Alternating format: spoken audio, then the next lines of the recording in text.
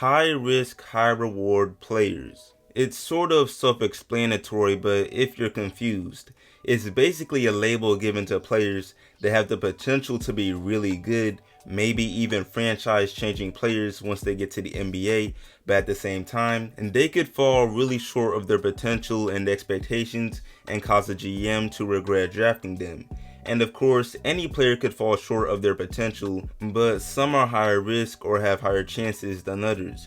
For example, Cade Cunningham is the opposite of this. I believe he is one of the safest picks in the upcoming NBA draft, because in the very small chance he doesn't get any better than his college form, or if the NBA exposes a weakness we've somehow yet to see, then he's at worst a valuable role player on most teams. I mean, we're talking about a 6'8 playmaker that can score, defend, and that's the build of a pro already.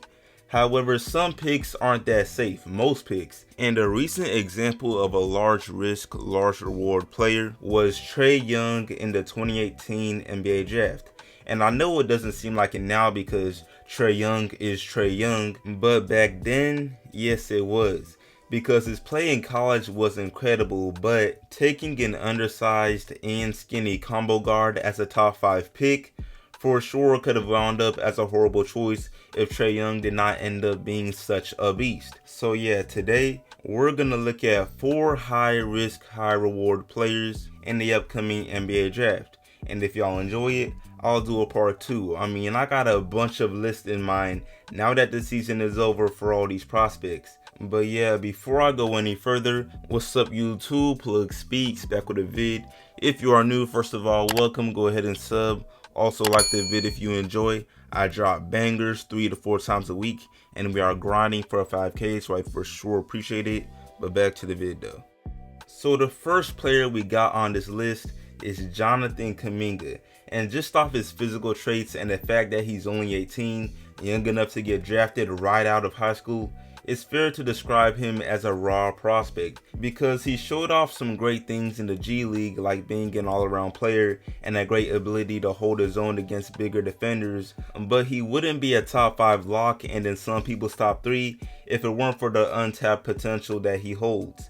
And I say this because Kaminga's G League coach and some of his teammates and some of his G League opponents have said they see Kawhi Leonard type of potential in him. And it's not like they're just saying that for the fun of it. Kaminga plays on both sides of the floor. His scoring ability is similar to Kawhi when he first entered the league, and you could even say he's built like Kawhi. So obviously it'll be a great reward for the team that drafts him if he gets anywhere near the level of Kawhi Leonard. However, he's also high risk because he lacks some polish to his game, and raw prospects could develop in 2 ways. For example, Giannis entered the league as a raw prospect with so much potential, and it worked out, but truthfully, the Bucks had no idea he would 100% become a 2-time NBA MVP and basically dominate the league. I mean, he could have wound up like Jonathan Isaac, who's been injury prone and unable to break out in the NBA, and he was another raw prospect coming up. So yeah, Kaminga is a large risk player because of that. But if things work out, whatever team drafts him will have a great player, that is for sure. But moving on to the next player that fits this label, we got Baylor's Davion Mitchell. And Davion is a player whose draft interest really benefited from March Madness, because not only did they win the whole thing, but Davion also performed well enough to draw national attention. Plus, there's a whole meme that blew up and grew his name even more, basically about how similar he is to Donovan Mitchell in the NBA. From the name, jersey colors, playstyle, I mean, it's kinda crazy.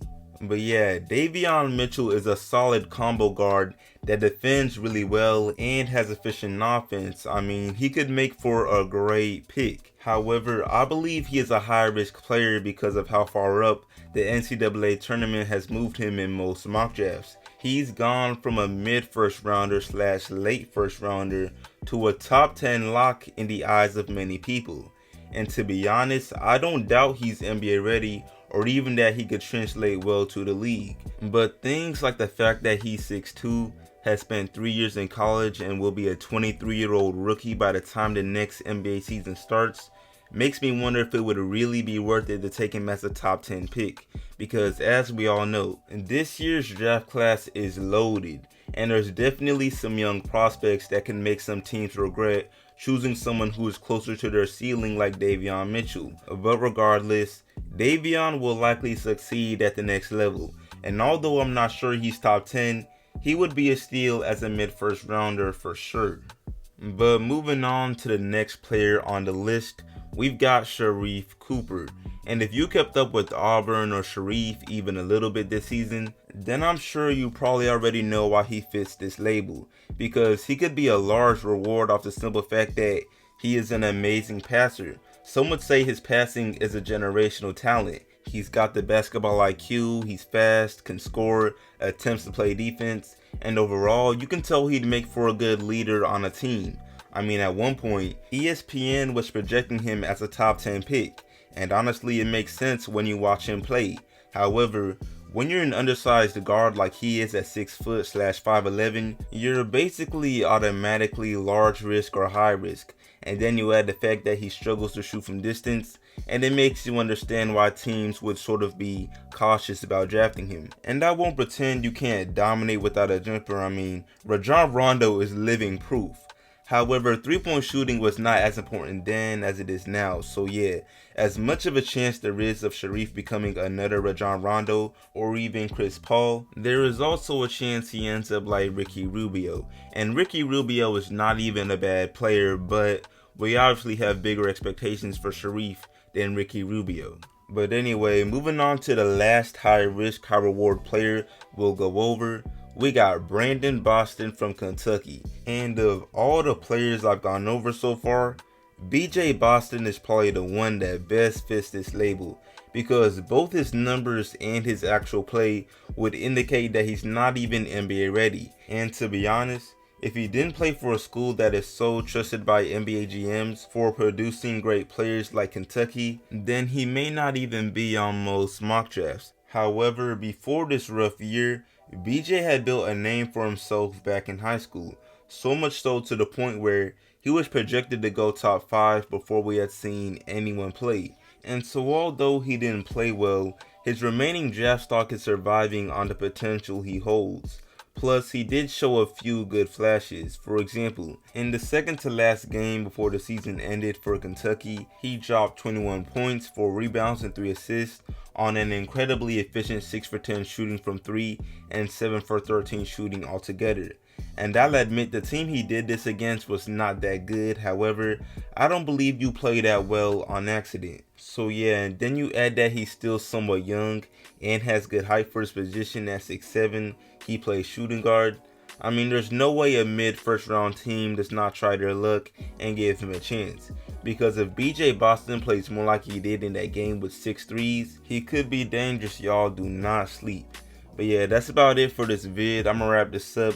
Y'all let me know if you agree with the list and some players you might even add. But yeah, I appreciate y'all watching as always. Like this up, share it, sub if new, all of that, and I'm out.